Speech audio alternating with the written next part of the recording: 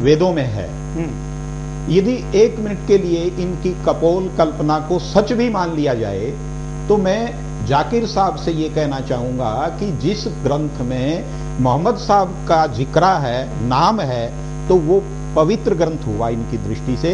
तो सबसे पुराना और पहला ग्रंथ जिसमें कि वो मोहम्मद साहब का नाम बताते हैं वो वेद हुए, तो क्यों न वे कुरान को छोड़ करके वेद को ही पावन ग्रंथ, पवित्र ग्रंथ क्यों नहीं मान लेते?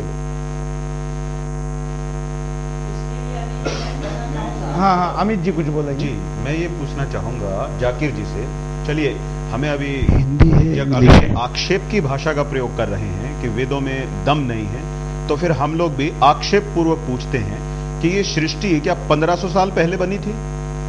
ये सृष्टि कब बनी? चाहे आप आधुनिक विज्ञानियों को उठाइए, चाहे आप किसी को भी उठाइए, ये तो बहुत पुरानी है, अरबों साल की इसकी आयु हो चुकी है। तो 1500 साल पहले इनके तथाकथित ईश्वर को ये समझ में आया कि भाई परफेक्ट मैसेज क्या होना चाहिए। वो इतना लेट हो गए कि 2 अरब साल तक तो इस धरती की दुर्गति होती ही रही। इसका तो यही अर्थ हुआ, क्योंकि इससे पहले परफेक्ट नॉलेज तो थी नहीं। लेकिन जहां तक हम समझते हैं कि वो ईश्वर पूर्ण है, उससे कोई त्रुटि हो ही नहीं सकती, तो जो कोई त्रुटि कर ही नहीं सकता, तो उसने बिल्कुल सृष्टि के साथ साथ, जैसे बताया गया है उपनिषदों में कि ईश्वर के श्वास से वेदों का प्राकट्य हुआ।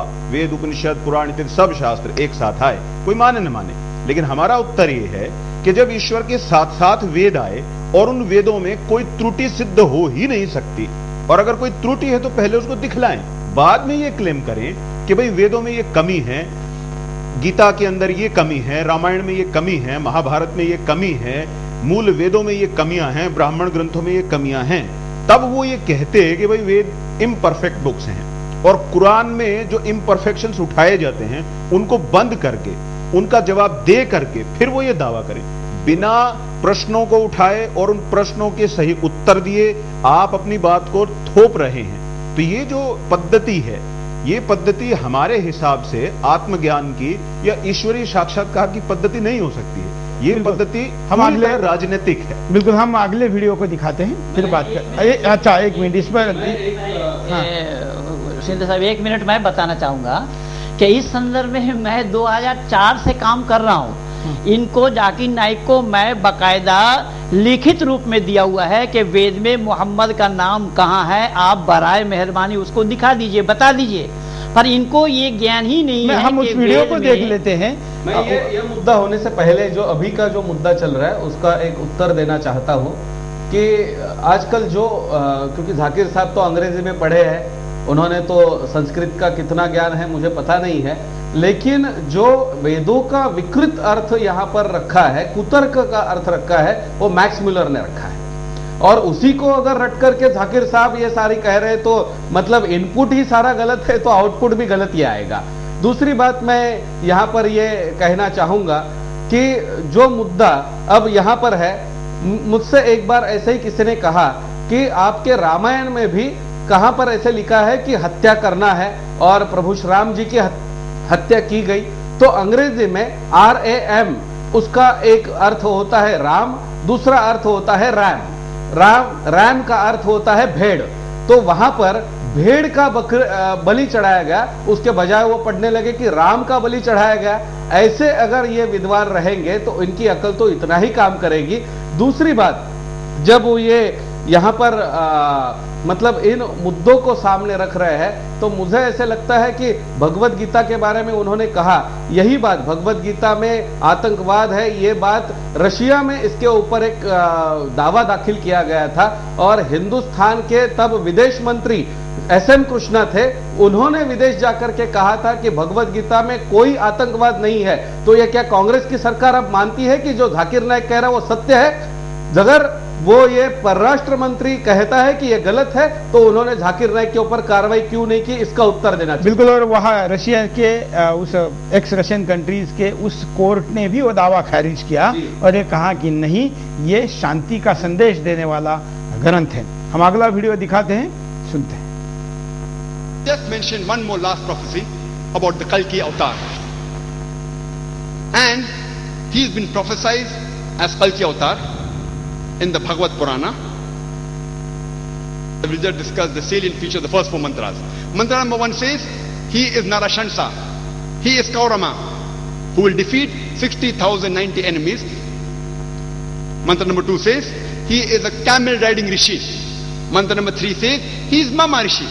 Mantra number 4 says, he is Vaishyaves Reb. The first mantra says, he is Narashansa. Narashansa is derived from Nar, which means a man or a person. And Shansa, as we know, Prashansa means praise. So Narashansa means one who is praiseworthy. And if you translate the name of the last and final messenger Muhammad sallallahu alaihi wasallam into English, if you translate Muhammad into English sallallahu alaihi wasallam, it means the praiseworthy. So Narashansa is the exact translation of the Arabic name Muhammad sallallahu alaihi wasallam. So it's mentioned by name. Further it says that he is Kaurama. One of the meaning of Kaurama in Sanskrit. हाँ, वेदों एक तरीके से मोहम्मद साहब का नाम पहले से वेदों में लिखा हुआ है। ये यहाँ पर ये कह रहा है कि जो कल की अवतार है, कृष्ण का जो अवतार है, इस युग का जो अवतार है, वो मोहम्मद साहब है, ऐसा इनका कहना है। हाँ, बोलना चाहूंगा, ये अपने आप में के हंसी या चुटकुले से कम नहीं होगा कि अगर ये कल के अवतार के रूप में मोहम्मद को बताते हैं। पहली बात, अगर श्रीमद् भागवत को उठाएं जो इन्होंने कहा, तो उसी श्रीमद् भागवत में और उन्हीं पुराणों में यह भी बताया गया है कि कल की अवतार कहां होगा। ये बताएं, क्या मदीना में होगा? ये लिखा है पुराणों में। कल की पुराण उठाएं, भागवत पुराण उठाएं, कोई भी उठाएं, पुराणों में स्पष्ट शब्दों में बताया गया है कि ये अवतार भारतवर्ष के एक शहर संभल ग्राम में होगा। तो क्या मदीना का ऐतिहासिक रूप से कहीं भी संभल के रूप में जिक्र हुआ है या किसी व्याख्याकार ने किया हो? तो वो बताएं। दूसरी बात, इन्होंने कहा कि कल की अवतार हो चुका, जबकि हमारे सभी प्रामाणिक ग्रंथों में यह स्पष्ट उल्लेख किया गया है कि कल्कि का अवतार इस कलयुग के अंत में होगा। अब शास्त्रीय दृष्टिकोण से हम देखें तो सत्ययुग की आयु 17,28,000 साल, उसके बाद त्रेता युग की आयु 12,96,000 साल, उसके बाद द्वापर युग की आयु 8,64,000 साल और उसके बाद कलयुग की आयु 4,32,000 साल बताई गई है। 4,32,000 कलयुग की आयु बताई। उसकी अंतिम संध्या 4 संध्याओं में अगर उसको हम डिवाइड करें तो अभी तो पहली संध्या भी पूरी नहीं हुई है। अभी तो युधिष्ठिर संवत को उठाएं या कली संवत को उठाएं या जो भी प्रामाणिक उपलब्ध संवत हो, किसी को भी देखें तो 5,000 से थोड़ा सा अधिक समय कलयुग का बीता है। और इस गणना के अनुसार कलयुग के अंत में, यानी कम से कम अभी 4,27,000 साल के बाद लगभग उस पीरियड में जाके कल्कि का अवतार होना चाहिए। तो ये मुझे बताएं कि ये गणना इन्होंने कहां से प्राप्त की कि मदीना के अंदर ये अवतार होना है। उनके पिता का नाम बताया गया है, कल्कि भगवान के पिता का नाम विष्णु यशा। क्या मोहम्मद साहब के बाप का नाम विष्णु यशा था?